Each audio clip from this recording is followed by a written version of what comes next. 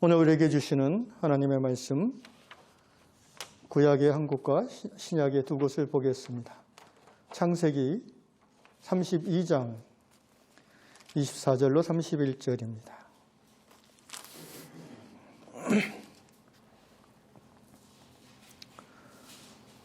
창세기 32장 24절로 31절.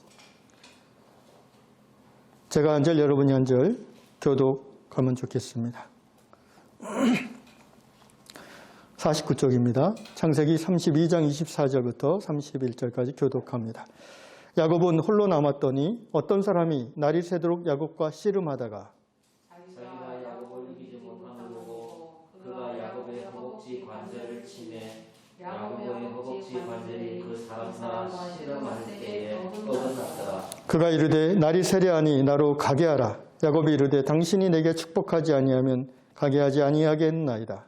그 사람이 그에게 이르되 내 이름이 무엇이냐? 그가 이르되 야곱이니라. 그가 이르되 내 이름을 다시는 야곱이라 부를 것이 아니요 이스라엘이라 부를 것이니 이는 내가 하나님과 및 사람들과 겨루어 이겼음이니라.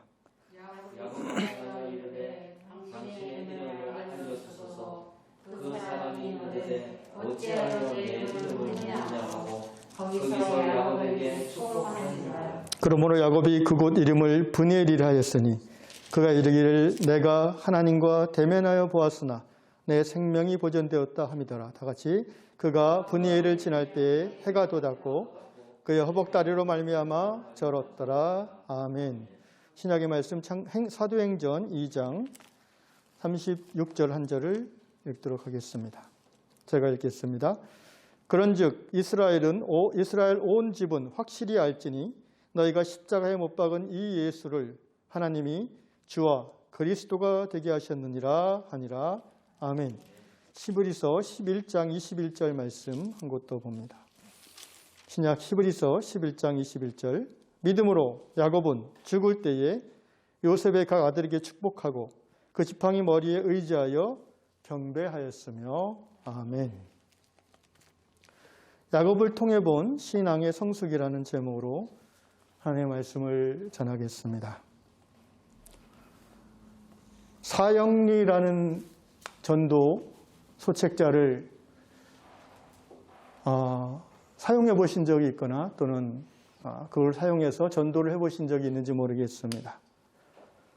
저는 과거에 그 청년들과 함께 해외 단기 선교를 여러 차례 갔을 때에 사형리 책자를 가지고 주로 이제 동남아시아 태국과 캄보디아에서 그 대학 캠퍼스에 들어가서 영어로 사형리를 이렇게 외우게 하고 훈련시킨 다음에 청년들에게 전도 활동을 해봤던 기억이 있습니다. 사형리에는 그 소위 CCC의 창립자인 빌 브라이트 박사가 지난 세기에 복음의 내용을 4가지 단계로 요약해 놓은 간단한 소책자입니다. 사형리의 내용 4가지는 이렇습니다. 하나님은 당신을 사랑하시고 당신을 위해서 놀라운 계획을 갖고 계십니다.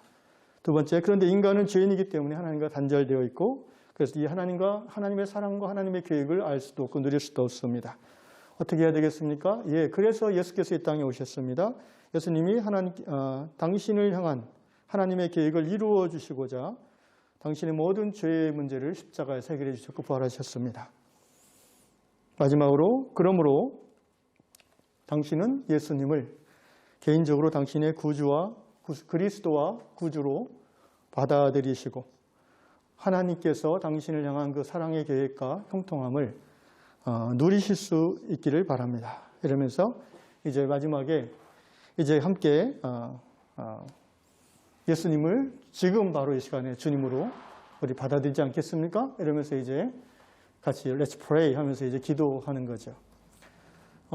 캠퍼스에서 그렇게 사역을 해봤을 때에 굉장히 그때 저와 청년들이 흥분했는데 왜냐하면은 만나서 얘기하는 사람마다 다 오케이 받아들이겠다고 했거든요.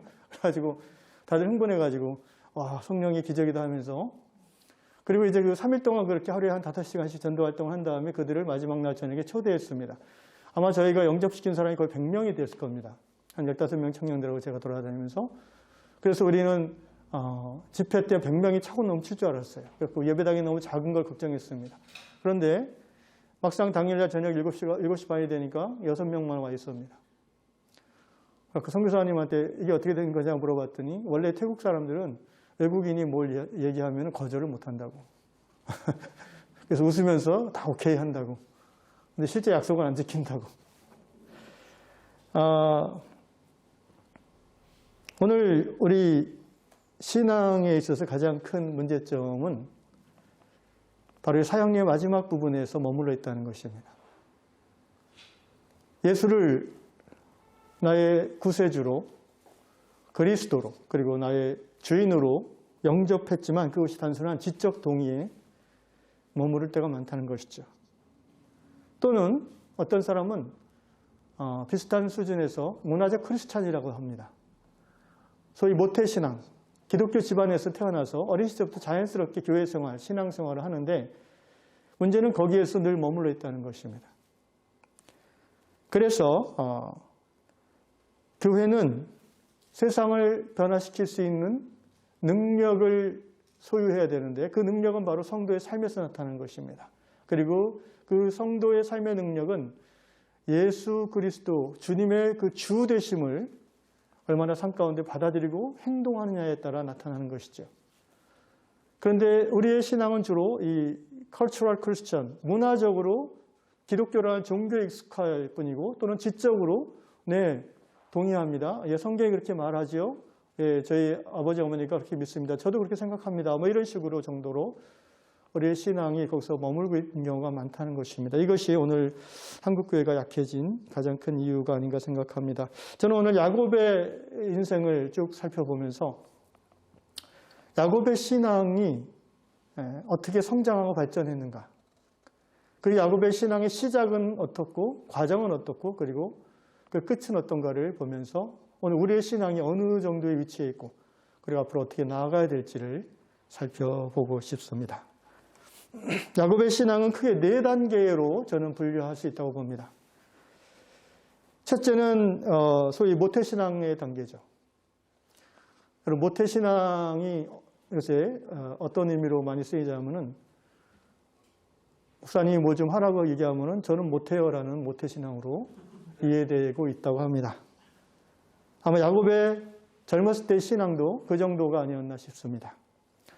두 번째는 우리가 알다시피 금방 찬송가에서 부른 것처럼 야곱이 그 돌베개 자고 그 베델에서 하나님을 만난 그 사건 이후에 야곱의 신앙이 변화가 있었죠.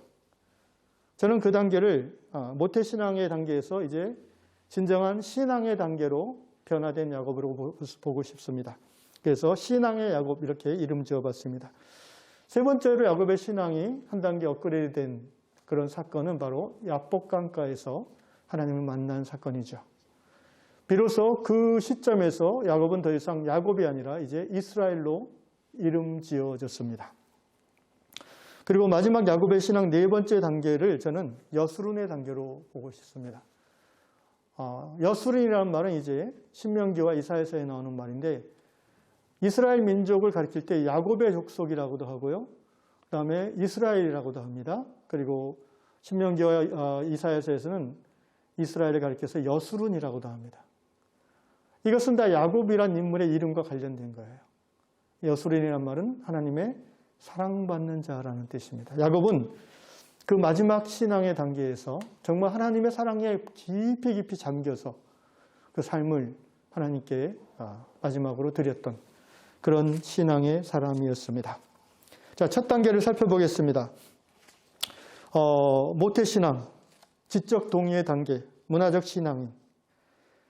이 신앙 내용의 중심에 야곱이 이 신앙의 단계였을 때 그 안에 하나님에 대한 신앙이 있었는데 분명히 그 신앙의 핵심은 뭐냐면은 야곱이 갖고 있던 이 어린 시절의 신앙의 핵심, 하나님만이 복의 근원이시다라는 신앙입니다. 아멘. 오직 하나님만이 우리에게 주시는 복의 원천이시다라는 거죠. 하나님만이 복을 줄 수 있다는 겁니다. 그래서 야곱은 그렇게 장자 축복권을 탐낸 거예요. 야곱이란 말이 이제 속이는 자, 빼앗는 자, 정복자라는 뜻인데 태어날 때부터 그 자기 앞에 10cm 앞에 나가는 에서의 발목을 붙잡고 나왔다고 그러지 않습니까? 그 말은 뭐예요? 굉장히 경쟁적이고 1등하고 정복력이 강한 그런 인물이라는 거죠. 그런 성향, 타고난 성향 속에서 복의 근원 되신 하나님을 야곱은 어렸을 때부터 그 부모를 통해 자연스럽게 받아들였던 것이죠. 그래서 이 하나님의 복은 장자권을 통해서 자기 삶에 들어온다고 믿고, 그런데 자기 볼 때 정말 멍청하고 힘만 센 하나님을 경외할지 모르는 바보 같은 형이 에서가 단지 그 1분 먼저 나왔다는 이유로 장자의 복을 가져가는 것이 정말 싫었어요. 그래서 어떻게 했습니까? 아버지 이삭을 속여서, 물론 어머니 리브가의 도움을 받아서 형 에서도 속여서 그 장자의 축복 기도를 가로챘죠. 어떻게 보면 이것이 야곱 신앙의 전부입니다. 어린 시절 야곱 신앙의 전부예요. 분명히 신앙의 한 모습입니다. 하나님이 내게 복을 주신다. 그런데 하나님은 야곱을 그 신앙 상태에 머물러 있게 하고 싶지 않으셨습니다. 왜냐하면 하나님은 장자 에서가 아니라 차자인 야곱을 통해서 이스라엘을 이루고 야곱의 후손을 통해서 마침내 메시아이신 그리스도께서 이 땅에 오셔서 온 세상을 구원하실, 온 우주 구원의 통로로서 야곱을 사용하기로 결정하셨기 때문입니다. 그런 하나님의 우주 구원의 통로로서 야곱의 믿음이 사용되어지려면 그 믿음은 성숙한 믿음이어야 됩니다. 그래서 하나님은 야곱을 다루기 시작하시죠. 두 번째, 야곱의 신앙 단계로 성장합니다. 어떤 신앙입니까? 바로 나의 하나님을 고백하는 신앙이라고 저는 타이틀을 붙이고 싶습니다. 우리가 인생을 살면서 경험하는 것처럼 대개 신앙의 변화, 성장은 고난을 통해서 찾아옵니다. 거의 그렇습니다. 창세기 27장 41절에 보니까 그의 아버지가 야곱에게 축복한 그 축복으로 말미암아 에서가 야곱을 미워하여 심중에 이르기를 아버지를 곡할 때가 가까웠은즉 내가 내 아우 야곱을 죽이리라. 아버지가 나이 들어서 장례할 때가 됐으니까 아버지 죽고 나면 야곱을 내가 죽여버리겠다는 친형, 쌍둥이형 에서의 결심입니다. 끔찍하죠. 그만큼 에서 안에 증오가 쌓여 있는 거예요. 에서가 하나님을 경외하지는 않았어도 바보는 아니었던 것 같습니다. 그래서 이제 어머니 리브가가 야곱을 타일러서 도망가게 하죠. 내가 어떻게 한날 한시에 아들 둘을 잃겠느냐 하면서 자기 어머니의 고향인 밧단 아람, 곧 야곱의 외삼촌 집으로 피난을 보냅니다. 창세기 28장 11절 이하에 보면 야곱이 광야에서 피난민 신세가 되어서 방랑자 신세가 되어서 처량하게 노숙하는 그런 내용이 나옵니다. 바로 이 부분이 야곱이 하나님을 정말 처음으로 인격적으로 만나는 그 시점이라고 볼 수 있습니다. 여러분, 그 당시 야곱의 나이가 몇 살인지라고 생각하십니까? 야곱이 애굽 총리가 된 그 아들 요셉을 만났던 나이가 성경에는 130세로 나와 있습니다. 이 130세라는 나이를 시점을 기준으로 해서 역산해 보면은 여러분, 야곱이 에서를 피해서 떠나간 그 시점이 거의 70이 다 된 나이예요. 그러니까 어렸을 때가 아니에요. 거의 인생의 지금보다 거의 2배 정도 산다고 했을 때 적어도 오늘날 치면 30, 40대라는 거예요.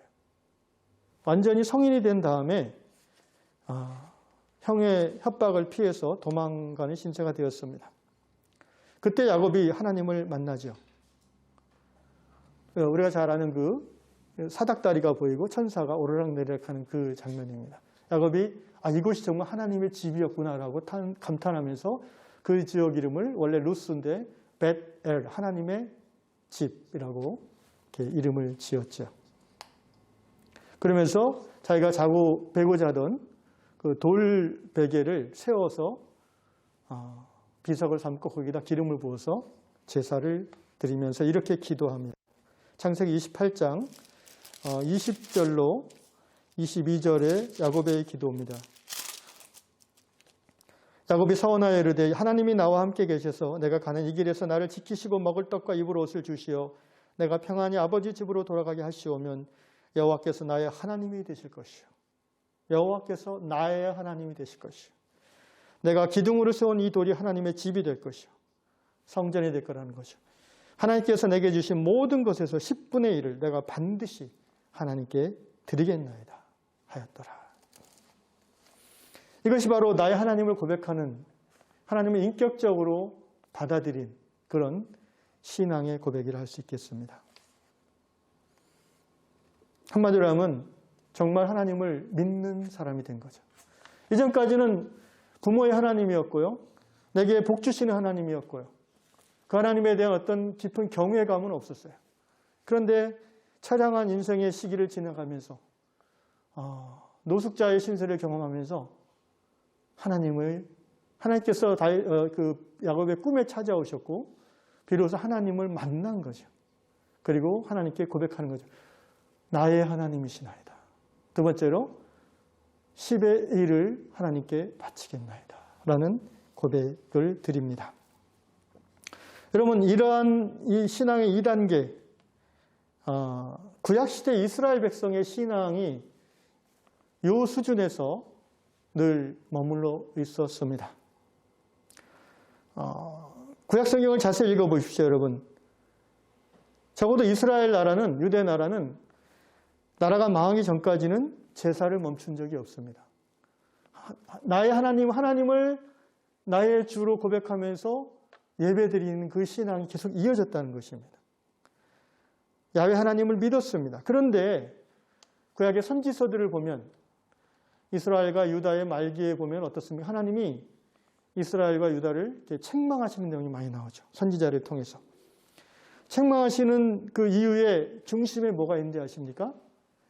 하나님을 안 믿어서 책망한 게 아니에요. 하나님께 제사 드리지 않아서 하나님이 화내시는 게 아니에요. 제사도 드리고 예배도 드리고 하나님의 말씀대로 살려고 하는데 하나님 책망하신 이유는 그들이 겸하여 섬겼기 때문에. 어떻게 섬겼다고요? 겸하여 섬겼어요. 하나님과 바알을 겸하여 섬겼다는 거예요. 하나님과 아스타롯을 겸하여 섬겼다는 거예요. 무슨 말입니까? 안식일에 제물을 가지고 하나님 앞에 거룩한 제사를 드리는 그들이 월요일부터 토요일까지 일상의 삶 속에서는 여전히 속이고 빼앗고 자기가 원하는 대로 살았다는 거예요. 자기 인생의 주인이 하나님이라고 말은 하지만 실제 삶 속에서는 자기가 주인으로 사는 거예요.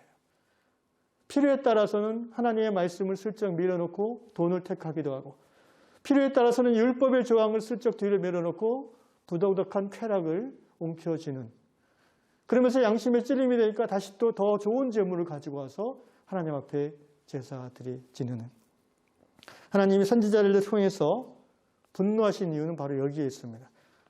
하나님을 떠난 게 아니에요. 신앙생활 안 하는 게 아니에요. 겸하여 섬기는 거예요. 하나님과 돈을, 하나님과 권력을, 하나님과 쾌락을, 하나님과 명예를 같이 붙잡고, 여러분 그 중심에는요 자아가 주인이 되는 삶이 있는 것입니다. 야곱의 신앙 1단계와 2단계, 문화적 크리스찬의 단계와 나의 하나님을 고백하는 이 단계에 공통적으로 배어있는 신앙이 바로 기복신앙입니다. 여러분 기복신앙 자체가 잘못된 것이 아니에요. 문제는 그 신앙에 계속 평생 머물러 있는 것이 잘못된 것입니다. 사람이 하나님께 복을 구하는 것은 자연스러운 것입니다. 그리고 그 하나님이 성경이 하나님일진데 그것은 올바른 신앙인 것입니다. 그러나 어린 시절 자기의 욕망을 중심에 두고 부모에게 모든 것을 요구하고 채움받으며 사는 것이 자연스러운 것이지만 성인이 된 후에도 그런 삶의 자세를 계속 붙잡고 나간다면 그것은 부모를 근심케 하는 것이죠. 나이가 20, 30, 40이 돼도 여전히 부모를 의지하고 부모의 덕을 보려고 하고 부모를 섬기기보다는 이런 말하면 그렇지만 요새 뭐라고 하더라? 그죠? 있잖아요. 이렇게 결혼해도 안 나간대요. 부모 집에 살고 싶대요. 부모님을 모시고 싶대요. 정말 효자라서 그런지 모르겠지만 그런 현실입니다. 왜 그럴까요? 밖에 나가서 경제적으로 풍요하게 살지 못하는 것이 싫은 거예요.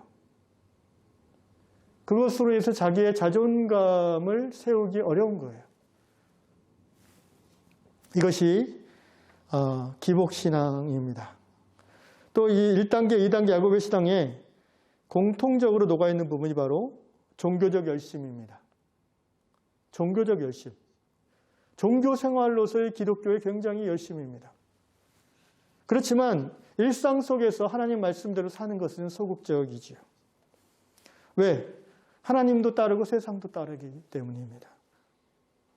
개인에 따라 또 다를 수 있지만 분명히 1단계와 2단계의 신앙 속에 하나님과의 인격적 사귐이 녹아 있어요. 하나님과의 결속이 없는 게 아니에요. 그런데 왔다 갔다 하는 거예요. 저는 여기까지를 야곱의 신앙이라고 부르고 싶습니다.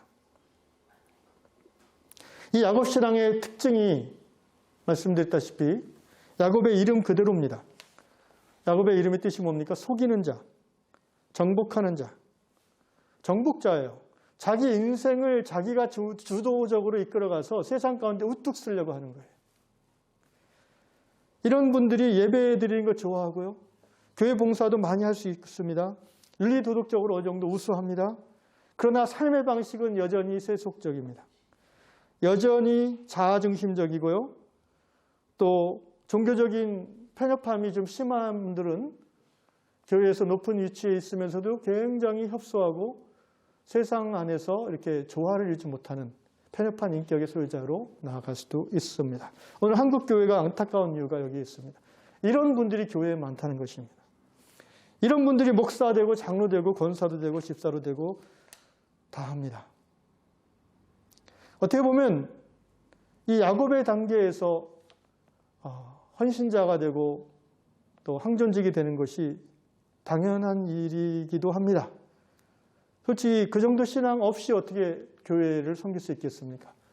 문제는 신앙생활이 오래되면서 길어지면서 자꾸 거기에 이렇게 천착하게 된다는 거예요. 그리고 그것과 다르게 성장하는 다른 사람의 신앙에 대해서 비판하게 되어버린다는 거예요. 교회의 전통을 성경의 말씀보다 더 우선시 여기게 되는 풍조가 생긴다는 것입니다. 이것이 교회가, 기독교가 늙어가는 증거입니다. 우리는 그 단계에 머물러 있어서는 안 되겠습니다. 하나님의 우주 구원의 통로로서 쓰임받은 야곱처럼 우리는 하나님의 구원 역사 가운데 온전히 쓰임받기 위해서 계속해서 자라가야 되는 것입니다. 야곱은 어떻게 성장했습니까? 이제 3단계를 보겠습니다. 바로 이스라엘의 신앙이라고 불리는 단계입니다. 야곱이 라반 삼촌, 라반 집에서 20년을 일했습니다. 2명의 아내와 또 2명의 뭐라고 할까요? 첩이라고 할까요? 어쨌든 그 당시 표현으로 하면 하여튼 부인 4과 자녀 13명을 얻었어요. 많은 재산을 모았어요. 야곱은 머리가 아주 스마트한 사람이었잖아요. 그래서 여러 가지 아주 그 열심과 또 그 머리를 써서 자기 재산을 굉장히 빨리 불렸습니다. 그러자 장인 라반과 그 장인의 아들들이 불편하게 시작했어요. 결국은 협박을 받아서 이제 처가에서 떠나게 됩니다. 20년 만에 일가를 이루고 부자가 되어서 고향으로 돌아가게 됩니다. 창세기 32장이 바로 그 내용이 됩니다. 하나님과 세상을 여전히 겸하여 섬기고 있는 야곱은 이제 일가를 이루어 정말 그 어떻게 보면 작은 정복자가 되어서 고향으로 돌아가게 됐는데 창세기 32장 7절을 같이 보겠습니다. 야곱이 심히 두렵고 답답하여. 심히 두렵고 답답하여. 이제 금이 환향하는 길인데 수백 수천의 양과 소와 수십 명의 종들을 거느리고 4명의 부인과 13명의 자녀를 거느린 일족의 족장이 되어서 귀향하게 됐는데 야곱의 마음에 심히 두렵고 답답하다고 고백하고 있습니다. 그 이유는 뭡니까? 그 위에 보면 6절에 사자들이 야곱에게 돌아와 이르되 우리가 주인의 형 에서에게 이른즉 야곱이 돌아갈 것을 이제 미리 이 심부름꾼을 통해서 전달했지요. 그러니까 에사의 반응이 그가 400명을 거느리고 주인을 만나려고 오더이다. 400명을 거느리고 이 말에 야곱이 마음이 확 무너져 버리는 거예요. 두려워지는 거예요. 형 에서가 아직도 나를 증오하는구나. 지난 20년간 나의 하나님을 붙잡으면서 온갖 지혜와 부지런함과 열심으로 자기가 원한 것을 쟁취하며 정복자로서 성공했지만 이제 기양 돌아가는 고향길에서 그 모든 20년의 노력이 그 공든탑이 다 무너질 수도 있는 위기에 직면해 버렸습니다. 야곱은 두렵고 답답해하다고 고백하고 있어요. 여러분, 예수의 그리스도 되심과 예수의 주되심을 고백하지만 예수의 주되심대로 온전히 따르지 않는 모든 성도에게 자연스럽게 나타나는 현상이 뭔지 아십니까? 두려움입니다. 하나님을 모르는 사람하고 똑같은 거예요. 하나님을 모르는 사람은 다르게 표현하면 자기 인생의 주인이 자기인 사람이잖아요. 근데 예수를 믿고 나의 하나님을 고백하면서 신앙생활하는 사람이라 할지라도 교회에 왔을 때는 예수가 주인이지만 일상 속에서 예수가 주인이 아니게 되면 두려움이 몰려오게 되는 것입니다. 예수의 주되심을 온전하게 받아들이지 않는 성도가 겪는 필연적인 고통, 두려움, 또 하나 있습니다. 부러운 거예요. 잘 되는 게 부러운 거예요. 또 못 될까 봐 두려운 거죠. 또 하나 공통적으로 찾아오는 고통이 뭐냐면은 미움과 증오입니다. 두려워합니다. 부러워합니다. 미워합니다. 예수를 주로 고백하고 제대로 따르지 않는 성도의 삶에 나타나는 필연적인 고민입니다. 고통입니다.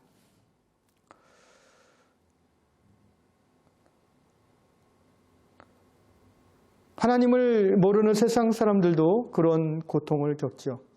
그러나 하나님을 믿는다 하면서 하나님보다 돈을, 지위와 권력을, 상류층의 삶을 사는 것이 더 인생의 중심에 있어요.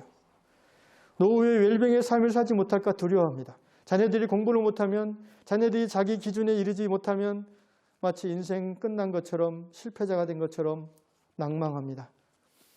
좋은 아파트와 명품백과 외제차, 그것을 소유하면 막 자기가 소중하고 가치 있는 사람처럼 자존감이 살아나고, 그런 것이 없으면 실패 인생인 것처럼 우울해집니다. 같은 교회 김 집사가 그러면 더 배가 아파집니다. 힘들어지는 거예요. 예수 믿고 거듭났다고 하면서도 세상 사람들 부러워하는 거 다 부럽고, 세상 사람들 두려워하는 거 다 두렵습니다. 세상 사람들 좋아하고 미워하는 거 똑같이 다 합니다. 그러니 당연히 하나님을 모르는 사람들이 겪는 모든 두려움과 고통이 오고 우울증이 오고 그리고 공황장애도 오는 것이죠. 예수 믿고 신앙생활을 하지만 그 삶의 모습이 예수 모르는 사람과 별로 차이가 없기 때문에 그렇습니다. 그래서 여러분 신앙 인생이 행복하지 않아요. 신앙생활은 그냥 주일의 종교생활로 그쳐지는 거예요. 그냥 거기를 벗어나면 불안하기도 하고 또 가족 관계가 힘들어지니까 가정의 평화를 위해서 이제 계속 머무르게 되는 겁니다. 지금 야곱이 그렇지 않습니까? 이 대단하고 똑똑한 사람이, 나의 하나님을 20년 전에 경험한 이 사람이 두렵고 답답함에 마음이 불안해하고 있습니다. 야곱이 두려워하는 이유는 에서 때문이라고 했습니다. 그래서 야곱이 바로 그 두려움을 느낀 후에 어떤 행동을 합니까? 8절에 보니까 이르되 에서가 와서 한 대를 치면 남은 한 대는 피하리라. 자기 재산을 딱 두 개로 나누어요. 바로 확실히 똑똑한 사람들은 이 순발력이 좋습니다. 에서가 한 대를 와서 공격해도 400명의 군사를 데리고 와서 한 대를 공격해서 쳐도 자기는 뒤에 있는 두 번째 그 재산 무리에 들어가 있어서 어떻게 살아보겠다라는 얄팍한 셈이죠. 그렇게 해놓고 마음이 평안해졌습니까? 아니요. 전혀 평안해지지 않아요. 그래서 어떻게 해요? 이제는 할 수 없이 기도하는 거예요. 32장 9절부터가 야곱의 기도입니다. 야곱이 또 이르되 내 조부 아브라함의 하나님 내 아버지 이삭의 하나님 여호와여 주께서 전에 내게 명하시기를 쭉쭉 기도를 합니다. 11절 내가 주께 간구하니 내 형의 손에서 에셋에서 나를 건져내시옵소서. 내가 그를 두려워하면 그가 와서 나와 내 처자들을 칠까 겁이 나기 때문이냐. 굉장히 솔직한 두려움을 하나님께 고백하고 있어요. 마지막 12절 주께서 말씀하시기를 내가 반드시 내게 은혜를 베풀어 내 씨로 바다에 셀 수 없는 모래 같이 많게 하리라 하셨나이다. 전에 베델에서 하나님이 주셨던 그 약속의 말씀을 상기하고 붙잡는 겁니다. 내 씨가 바다의 모래같이 많아지리라.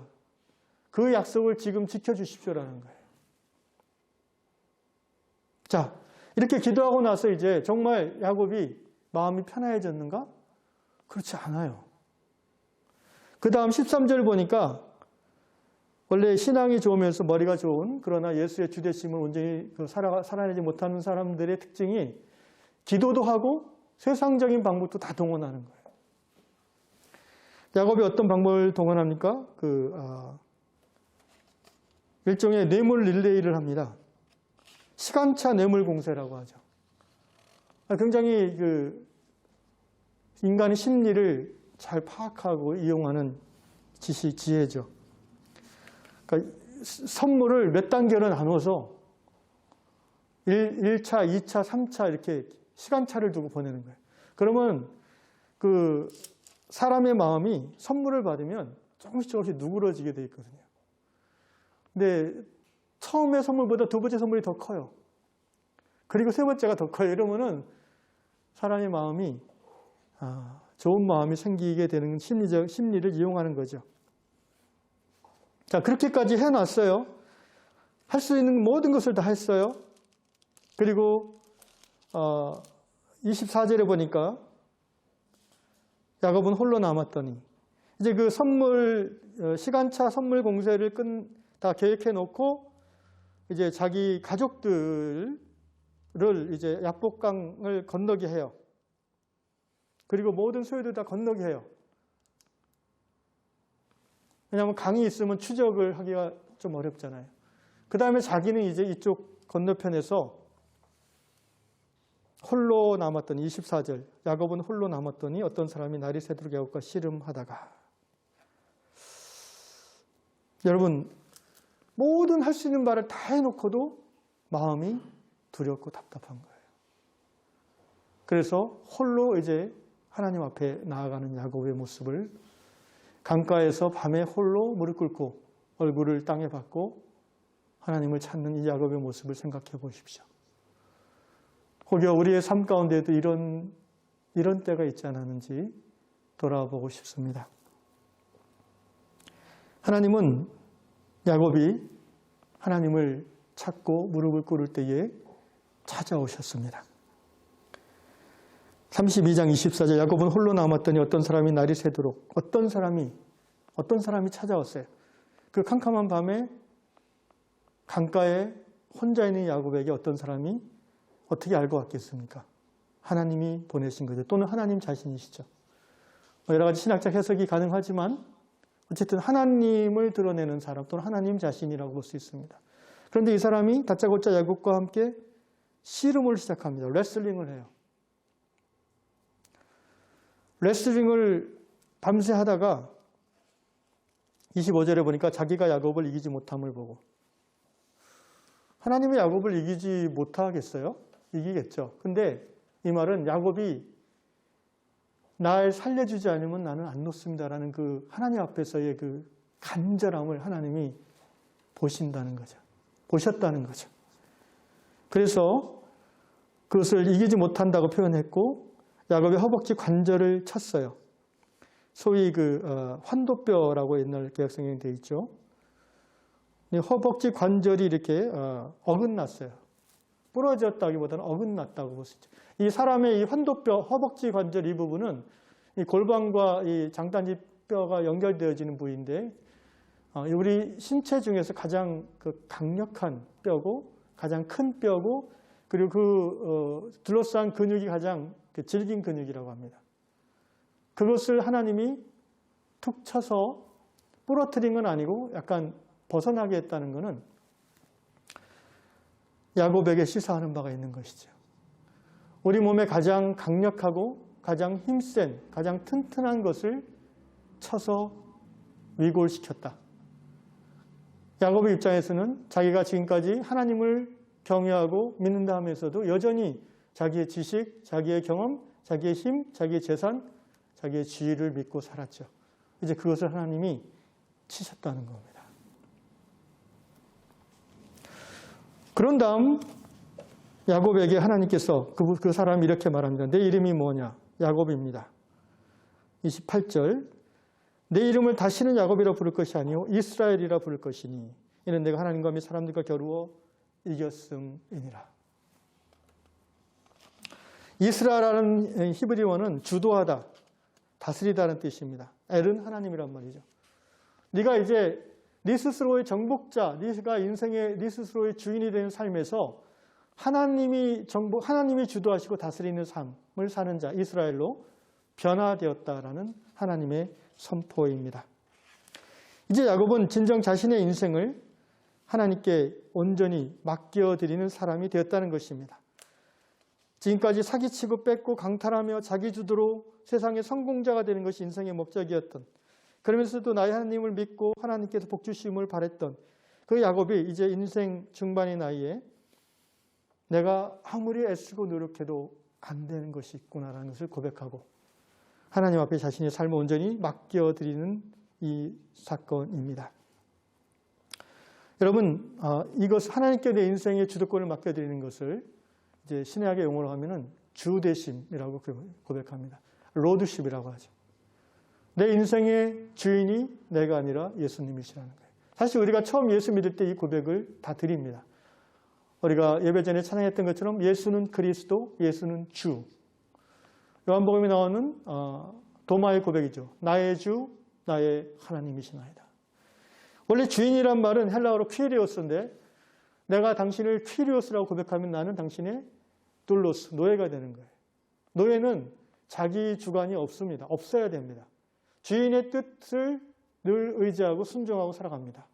그래서 여러분 노예는 걱정이 없습니다. 왜? 주인이 다 책임져 주기 때문입니다.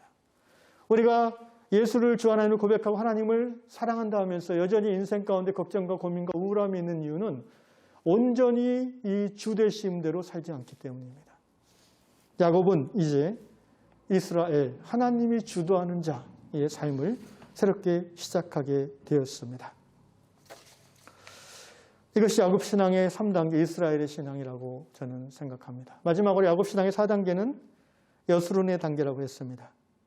야곱이 70이 넘어서 에서의 장자권을 빼앗아 도망했고 거의 90세 되어서 바단 아람에서 요셉을 포함한 12자녀를 낳았고 130세 잃어버렸던 요셉을 다시 만났고 147세 요셉의 품 안에서 소천하였습니다. 야곱이 나의 하나님을 만나 11조 서원을 할 때가 70대였고 이스라엘로 변화된 때는 거의 100세 가까이 됐던 나이입니다. 이 야곱의 신앙 성숙의 나이를 생각해 볼 때, 그리고 그 당시 우리보다 지금보다 2배 정도 산다고 했을 때 야곱이 이스라엘로 변화된 때는 요새로 말하면 40대, 50대 인생의 중반 이후에 그러한 변화를 경험했다는 것입니다. 사랑하는 성도 여러분, 나이가 40, 50, 60대에서 이제 뭘 더 변하겠는가 혹시 그렇게 포기하시는 분이 있는지 모르겠습니다. 고린도후서 4장 16절 그러므로 우리가 낙심하지 아니하노니 우리의 겉사람은 낡아지나 우리의 속사람은 날로 새로워지도다 라고 말하고 있습니다. 영적 성장은 육체의 나이와 상관없습니다. 영적 성장은 우리가 하나님 앞에 가는 그 순간까지 지속되어야 됩니다. 그것이 바로 하나님의 우리를 향한 축복의 뜻입니다.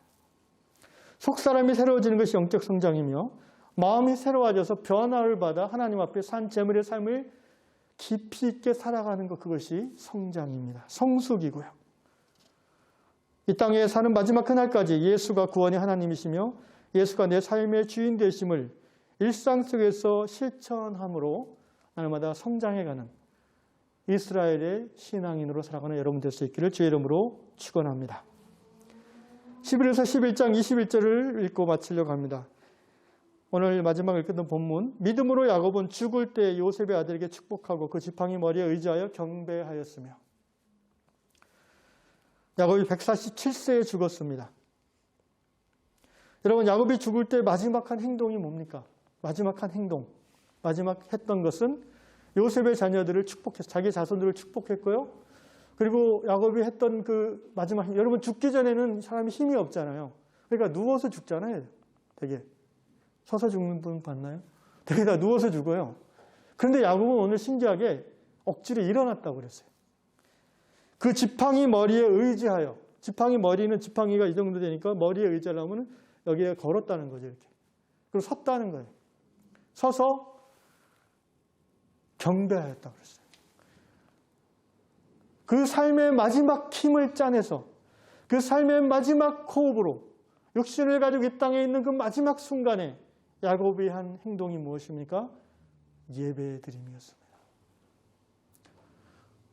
이스라엘의 신앙의 삶을 거의 100세대에서 시작해서 47년을 이스라엘로 살다가 마지막 즈음에 그는 진정 하나님의 사랑받는 자, 예배자로서 삶을 마무리했습니다. 바로 여수룬입니다. 이사야 44장, 나의 종 야곱, 내가 택한 이스라엘아 이제 들으라. 너를 만들고 너를 모태에서부터 지어낸 너를 도와줄 여호와가 이같이 말하노라. 나의 종 야곱, 내가 택한 여수루나 두려워하지 말라. 여러분, 하나님의 사랑에 푹 잠기면요, 어떤 두려움이나 어떤 미워함이나 어떤 부러움도 있을 수 없습니다. 하나님 그 사랑 안에서 모든 것을 체험받습니다. 야곱은 그의 삶의 마지막 순간에 여수룬으로 하나님 앞에 나아갈 수 있었습니다. 저는 야곱이 부럽습니다. 그리고 제 개인적인 신앙의 마지막 소망이 있다면 저도 언제 하나님 앞에 갈지 모르지만 여수룬으로 제 삶을 하나님 앞에 마지막으로 드리고 싶습니다. 사랑하는 형제 자매 여러분, 이제 오늘 이 시간 내 인생의 주인이 더 이상 내가 아니라 예수 그리스도임을 다시 한번 결단하시기 바랍니다.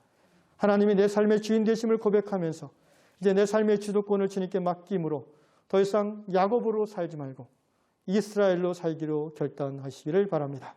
두렵지 않고 부럽지 않고 미워하지 않는 천국 백성의 삶을 사는 중에 하나님의 사랑받는 자 여수룬의 모습, 하나님 앞에 마지막 호흡을 올려드리는, 찬양하며 하나님 앞에 가는 자 여러분 될 수 있기를 예수님의 이름으로 축원합니다.